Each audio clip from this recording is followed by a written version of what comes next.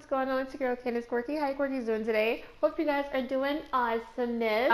Today you guys, I'm going to show you how you can do the table in the bar glitch on Nebula. So stay tuned. Alright, so now that we're here, right now I'm going to show you guys how you can basically do like the table glitch. It's very easy, I promise. Wait, there's someone over that booth, so I guess I'll just try it here. So all you're gonna do is kind of like stand on the edge on the table and just walk up on it, like literally, you just walk. If I can position myself right, there we go. See? That's all you do, just stand. So as for the bar glitch, it's very easy. All you want to do is just sit down. And then as soon as your character sits, all you want to do is move your analog stick backwards and you immediately stand.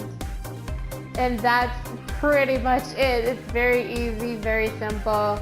But just so you know, I'm gonna just try one more time. So again, in order to do it, you're gonna sit down, all the way down, and then you're gonna just click your analog stick backwards and voila, you immediately stand.